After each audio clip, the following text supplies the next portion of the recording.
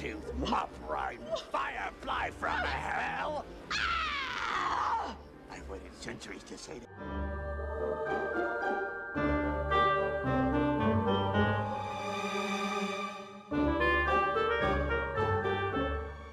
I'm starting off with the base of makeup. This is Mehron's Paradise paint. I actually combined 3 different ones to get the shade.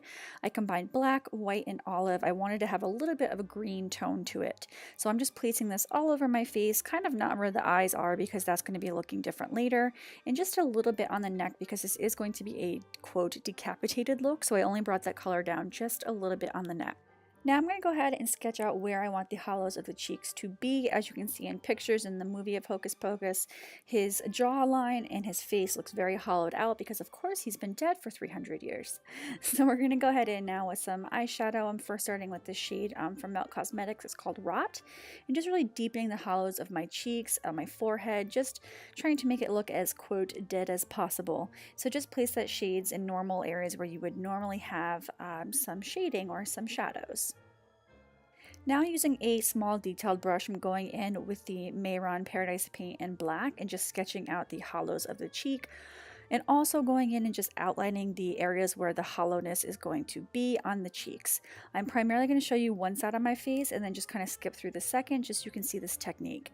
Now using this technique is actually really great, especially for other looks. This is the same technique you could use if you were doing a skeleton. It's all trying to really give the dimension of being hollowed out. So I'm really focusing those dark shades on the top and then shading it down and really just making it look as though the top is the most hollow, the most set back in the look. Again, focusing it just on the top and bringing it down.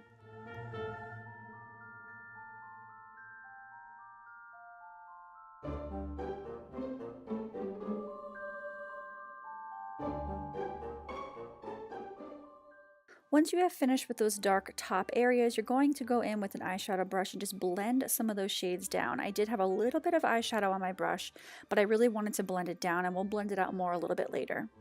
I'm going to focus on the eyes now for a bit. I just did a little bit of shading under my eye area, following the line of which we made earlier, and now I'm just taking an eyeliner brush and really just plopping this all over my eye because I'm going to be blending it out just like you would a regular smoky eye.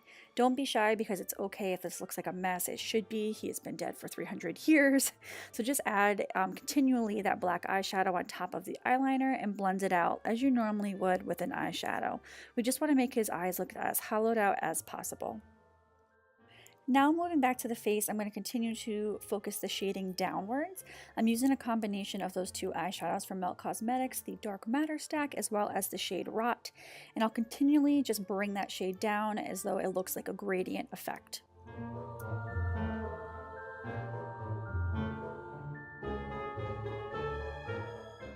You'll see I actually switched to a larger blending brush just to really even make that blending look much more seamless and bring that shade down even further.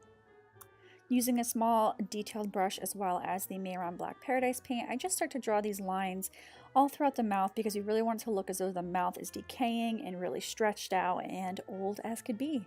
I'm doing a little shading underneath the lip, and this is again that Melt Cosmetics eyeshadow. Use any black eyeshadow that you have. To make the actual face look more old and nasty, I'm just kind of squinting my forehead to see where my natural wrinkles are. Unfortunately, I could see lots of wrinkles, so this part was easy for me. Now I'm just deepening the areas where my natural wrinkles would be, just to make them look a little bit more defined, a little more wrinkled, a little more old. Man, I gotta do something about those wrinkles. Now I'm just placing a little bit more of the eyeshadow in the deepest hollows of my face, just again to make him look a little bit more dead and nasty. Now we're going to be placing the Black Paradise paint on the neck just in a small area because we're going to be using this as, quote, the illusion part of it. It doesn't have to be perfect now. You're going to go over it with many layers so that it blends in with the background, but I'll talk a little bit more about the illusion later. And now we'll focus on the lower portion of the body. We are now just outlining where the neck should be, or the lack of neck should be, and the hole in the center where his bones usually would lie. Since it is a decapitated look, I didn't want to do any blood or anything. I just want it to be a natural kind of decapitation just like it is in the movie. So I'm adding a little bit of just dark area, not necessarily blood. I'm using the Nye Bruise Abrasion wheel just to create that illusion of flesh, and then we'll go on from there to just add some shading. You'll see me go over the black portions several times, and that's just because I'm trying to really get that as opaque as possible and as blended as possible so that we really do blend into the black background. The black background is key to a look like this, and especially having that behind you and also just having the black on paint be really, really opaque and not streaky. I'm using the same shades that I did on my face to just fill in the lower portion of the body, and then we're going to move on to some of those wrinkles on the neck as well. I'm just creating some lines. You want to go in with the black at first, and then later we'll do the highlighting on the whole face. Using that Bruise and Abrasion wheel again, I'm just using a sponge just to deepen up the neck just a little bit, again, just to give it some more dimension.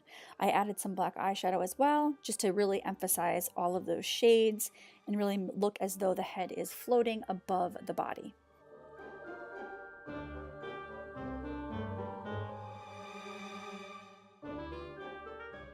And this wouldn't be a Billy Butcherson look without actually having sewn lips. So what I did was I took some yarn, cut them up, and then placed some spirit gum around my lips and created this crisscross pattern to make it look as though his lips were sewn up. If the pieces are too long, feel free to cut them and then move on to the next step. In looking at reference pictures, I noticed that his nostrils seemed a little bit flared. So what I did was went in with this black paint and just hollowed out my nose nostrils just a little bit to really take that look to the next level. Now we're going to go and do some highlighting. You can't do all that shading without doing some highlighting. So we're taking Clown White from Mehron in a small detailed brush. In all of the places that we did shading around it is where we're going to have the white areas. This really brings the look together because it's giving the illusion that these points are the highest on the face.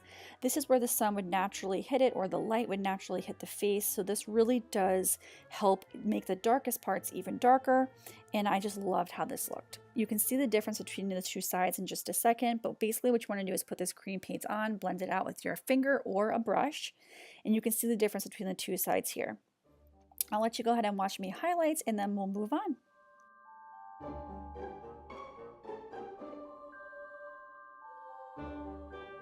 I sped up the next part because this is essentially the same exact thing that I just did on the other side of my face, just continuing to highlight again, wanting to really focus on the areas that I want to be the brightest. I did put quite a bit on my highest points on my cheek, just again so it looked very hollowed out. He's been sleeping for 300 years, so we want to make him look really dead and really tired and his skin to look really nasty.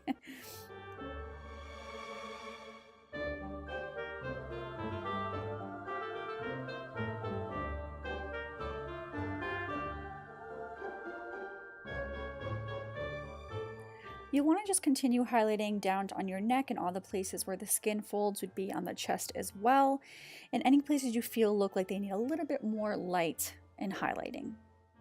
The last step is kind of optional. This is if you want to go back in and really deepen up even the darkest, deepest hollows of the face.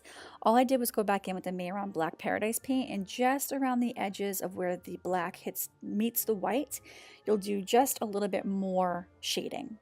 I gave the neck a little bit more shading, and then this look is pretty much done, you guys. I really love how this turned out, so if you did too, give it a thumbs up and subscribe if you haven't already. And stay tuned for my next Halloween tutorial going up soon. Bye, guys!